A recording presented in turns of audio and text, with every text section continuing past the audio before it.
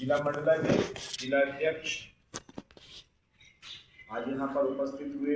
आप सब लोगों के बीच में जो है आगामी राजनीतिक गतिविधियों को और आगामी क्षेत्रीय जन समस्याओं को लेकर जो है यहाँ पर नई कमेटी पुनः गठित करते हुए जो है अपना काम आगे बढ़ाएंगे। तो मैं ऐसा उनसे, ठीक है ना। और हम हमेशा जो है ऑथेंटिक डाटा के साथ में ही हम अपनी बात को रखें और अपने काम को रखें, तो मुझे ऐसा लगता है कि रिजल्ट जो है आप तक जल्दी पहुंच जाएगा, ठीक है ना। खास करके हम मंडला जिला की बात करें, मंडला जिला में टोटल आदिवासी कितने हैं, ठीक है ना। पहले तो हमको इसकी जानकारी होनी चाहिए कि ये शेड्यूल ट्राइब क्षेत्र है। हमको यहाँ की भौगोलिक स्थिति, यहाँ की आर्थिक स्थिति, यहाँ की राजनीतिक स्थिति, यहाँ की शैक्षणिक स्थिति, यहाँ की रोजगार की स्थिति को हमको सभी को, जितने भी कार्यकर्ता हैं, इस पर जो है प्रशिक्षण की आवश्यकता है। लेकिन मैं अभी शॉर्ट में बताऊंगा, ठीक है ना। तो ये जो डाटा है ये मंडला जिले का है। टोटल आदिवासी मंडला जिले में जो पुरुष है, ठीक है ना, उनकी भी जनसंख्या है, जो महिला उनकी भी जनसंख्या है। तो अभी टोटल जो है 6,10,528 कितने हैं? 6,10,528। और जिसपे रूरल एरिया, रूरल मतलब होता है गांव, ग्रामीण क्षेत्र है, उस ग्रामीण क्षेत्र में 5,90,435। ये 2011 की जनगणना का मैं आपको बता रहा हूँ। अभी जनगणना हुई है, संख्या बढ़ जाएगी, ठीक है ना। अब ये बताओ 2011 से लेकर 2025 तक क्या हमारे जितने भी कार्यकर्ता हैं गांव में रहने वाले 5,90,435 आदिवासियों से मुलाकात किए? कितने?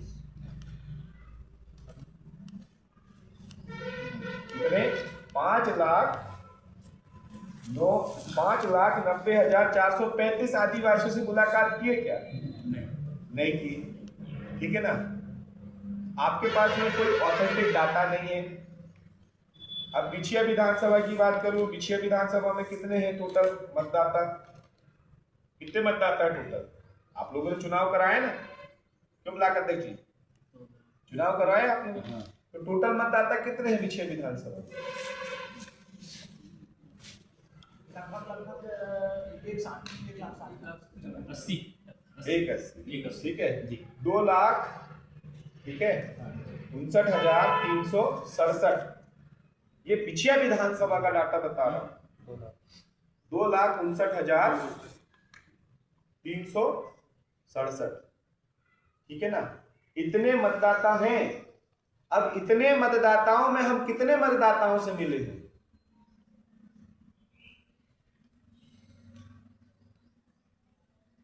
हम राजनीति की बात कर रहे हैं ना अभी।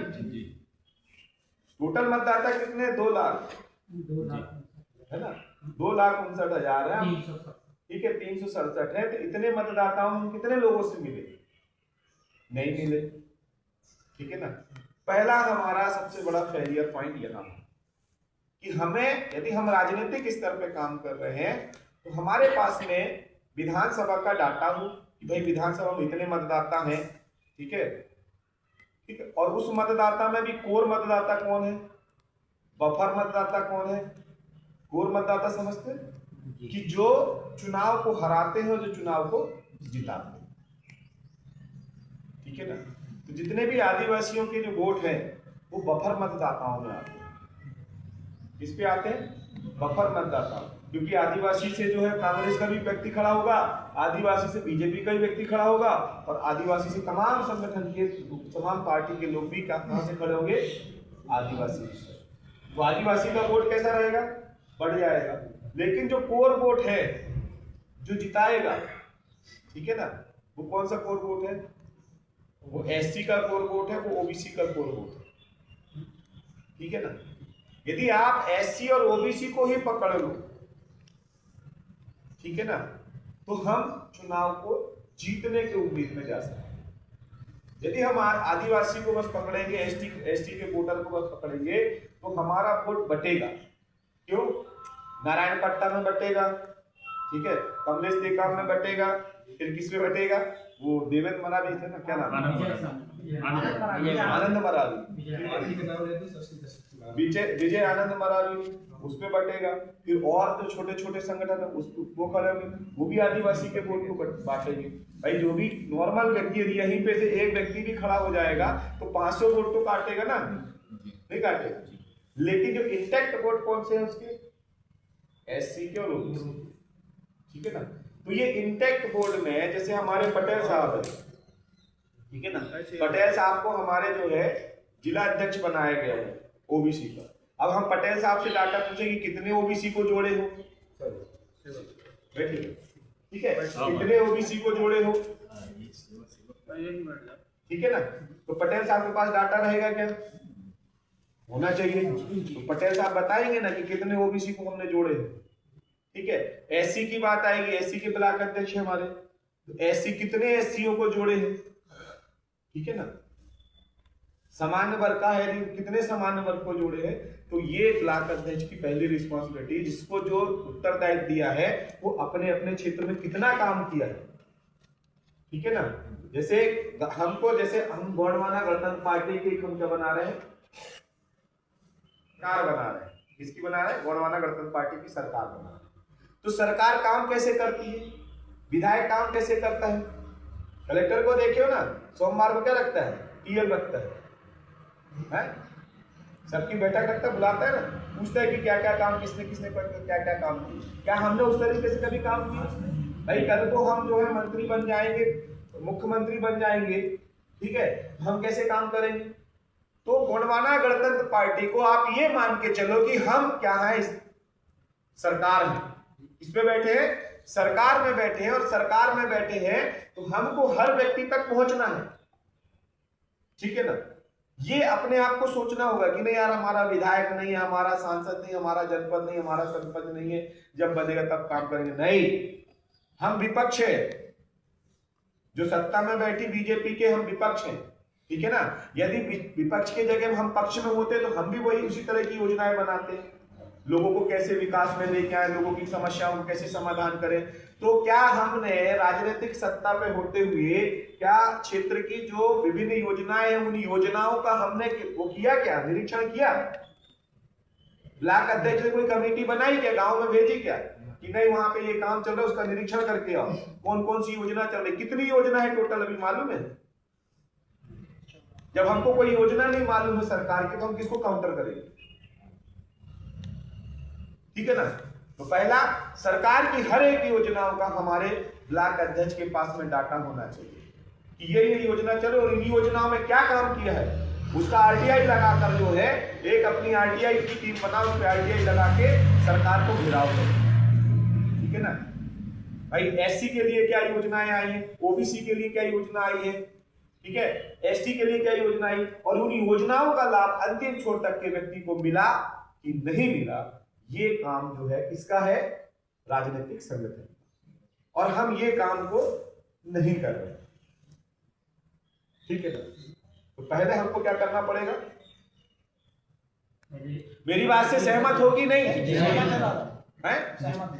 भाई। आपका क्या काम है, हम राजनीतिक मंच में है तो क्या कर रहे हैं। अभी आपको यही नहीं पता है कि साला कितना यूरिया बिका है, ठीक है, अभी खरीदी होगी तो किस तरीके से खरीदी हो रही है, क्या हमारा आदिवासी किसान भाई पिस रहा है, क्या हमारा ओबीसी किसान भाई पिस रहा है, क्या हमारा एससी का किसान भाई पिस रहा है, उस पर कहीं उसके साथ दलाली तो नहीं हो रही है, कहीं उसके साथ, उसके माल के साथ में कोई खिलावट तो नहीं हो रहा है, ठीक है ना। इसीलिए कि तो चुन के गए हो ना। अब हमारे जनपद सदस्य हैं, जनपद सदस्य बनाए ना, एक जनपद सदस्य है, हमारे जनप्रतिनिधियों को लेके जाओ, ठीक है ना। चलिए जनप्रतिनिधि, तो जब जनप्रतिनिधि जाएगा तो उसके क्या है, पद का पावर है, ठीक है ना, क्या है, पद का पावर। अधिकारी तुमको थोड़ा सा जानकारी नहीं देगा, लेकिन जनप्रतिनिधि पूछेगा तो उसको जानकारी देना पड़ेगा, नहीं देना पड़ेगा। तो वैसे ही जो है हमारे 3 जिला पंचायत आपने जीता भी है ना, जिता के लेके आए। और मैं एक बात बता, ऐसा काम सुधारा होता, इसीलिए प्रकृति का सिद्धांत है, जन्म पालन और मृत्यु। तो ये कॉन्सेप्ट को आप क्लियर रखो। जब हम मानसिक पटल से सोचेंगे, ठीक है ना, विचार आएंगे, माहौल बनाएंगे, हम माहौल नहीं बना पा रहे हैं विपक्ष के खिलाफ माहौल नहीं बना पा रहे। अभी मैंने सबका सुना, विपक्ष ने जो है माहौल बनाया कि कमलेश ने पैसा दे दिया, ठीक है ना, वहां पे ये मारपीट हो गई, FIR हो गई, यहाँ पे ऐसा हो गया, हमारा BSP से था तो BJP से हो गया। वो माहौल क्रिएट कर रहा है, ठीक है ना।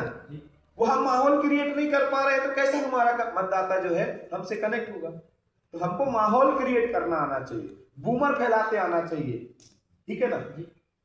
जैसे हमने अभी आंदोलन किया था गुगरी में, कितना बूमर फैलाया है, नारायण पट्टा का पट्टा निरस्त करो, कितना बड़ा बूमर है, ठीक है। हमको पता है नहीं होगा, लेकिन बूमर फैला रहे ना।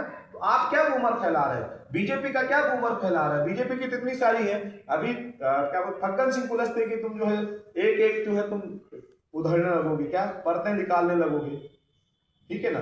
तो वो हम काम नहीं करते, ठीक है ना। दूसरा चीज कि शासन ने हमारे लिए क्या बनाई, अभी पेशा अधिनियम बनाया, ठीक है ना। क्या पेशा अधिनियम को लेके हम गांव गांव गए क्या? मैं कितने बार बोला हूं, कई बार बोला हूं कि पेशा अधिनियम को लेके गांव गांव जाओ। भाई हम आदिवासी वोटरों के साथ में काम किए ना ज्यादा। अभी भाई ने बताया कि हम आदिवासी वोटरों के साथ में काम किए, तो आदिवासी वोटरों के साथ में जब हमने काम किया है तो क्या हमने उनके लिए पेशा अधिनियम के तहत ग्राम सभा बनवाई? नहीं बनवाई। ग्राम सभा के नियम कानून पढ़ाए? नहीं पढ़ाए। ग्राम सभा में अर्थव्यवस्था कैसे आएगी बताए? नहीं बताए। ग्राम सभा सशक्त कैसे होगी उसका बताए क्या? ग्राम सभा कार्यालय बनवाए क्या? ग्राम सभा कार्यालय बना के उसके विभिन्न विभाग बनवाए क्या? नहीं बनवाए। तो फिर हम कर क्या रहे हैं राजनीति में? हम कर क्या रहे हैं ये तो बताओ।